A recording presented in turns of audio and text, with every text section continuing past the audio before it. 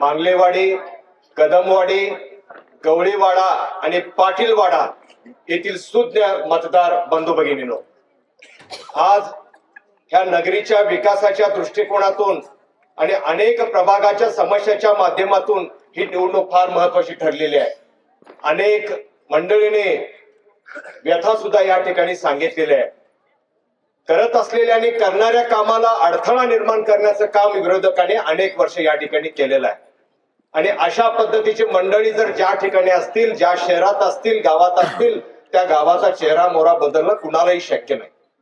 मात्र तरी देखील साहेब या विधानसभा मतदारसंघाचं नेतृत्व गेली 25 वर्ष या ठिकाणी करतात. कुठल्याही प्रकारचा निधी या शहराला साहेबांनी आजपर्यंत कमी पडू दिलेला नाही आहे.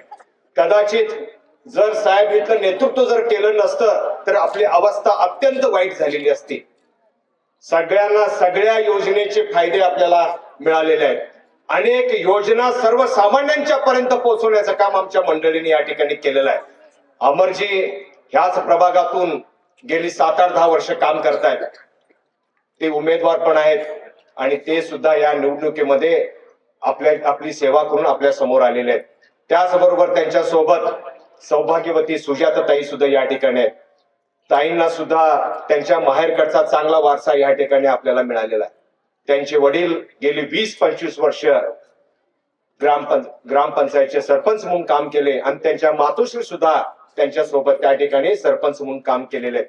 अगदी चांगले सर्वसामान्यांची समस्या समजून घेणारे, प्रभागाचा विकास करणारी मंडळी ह्या ठिकाणी प्रभाग क्रमांक 3 ला मिळालेले आहे. या ठिकाणी त्यांच्या सोबतीला ह्याच प्रभागातून अनेक वर्ष नेतृत्व केलेले किरण नाना कदम असतील, राजू अण्णा खणगावे असतील, त्याचबरोबर आमचे रामदास कुराडे असतील, असे अनेक मंडळींचं सहकार्य या ठिकाणी त्यांना मिळालेलं आहे. अशा या मंडळींना या ठिकाणी कोणत्याही प्रकारची अडचण या निवडणुकीमध्ये दिसत नाही आहे. मात्र ही निवडणुकी फार महत्वाची आहे. गडिंग्लजच्या विकासाच्या दृष्टिकोनातून साहेबांना एक हाती सत्ता या ठिकाणी असणं फार महत्वाचं आहे. कारण गडिंग्लजचा विकास फार जोमात या ठिकाणी चाललेला आहे. अनेक या ठिकाणी इमारती उभा राहिलेल्या आहेत. अनेक घनकचऱ्याचा या ठिकाणी समस्येचा प्रश्न आहे, सांडपाण्याचा प्रश्न आहे, नागरिक सुविधेचा प्रश्न आहे. देखील या ठिकाणी सर्व समस्या सोडवण्यासाठी आपल्याला साहेबांचं सारखं सक्षम नेतृत्व या ठिकाणी मिळालेलं आहे. साहेब कोणत्याही प्रकारचा निधी या ठिकाणी आज सगळ्यात आपल्याला वंचित केलेलं नाही आणि इथून पुढे सुद्धा आपल्याला या ठिकाणी सर्व प्रकारचा निधी, मोठ्या प्रमाणात निधी उपलब्ध होऊन ह्या नगरीचा कायापालट सुद्धा आपल्याला या ठिकाणी पाहायला मिळणार आहे. अनेक वर्ष साहेबांनी या ठिकाणी काम केलेलं आहे. अनेक मंदिर असतील, मठ असतील, त्याचा जीर्णोद्धार सुद्धा या ठिकाणी साहेबांनी केलेला आहे. साहेबांच्या कामाकडे जर पाहिलं तर आपली संस्कृतीचं संरक्षणाचं काम त्या ठिकाणी साहेबांनी या ठिकाणी केलेलं आहे. आज ही निवडणूक सर्वसाधारण मला वाटतं शेवटचा दिवस आहे आणि आजचा प्रचार सुद्धा शेवटचा दिवस आहे.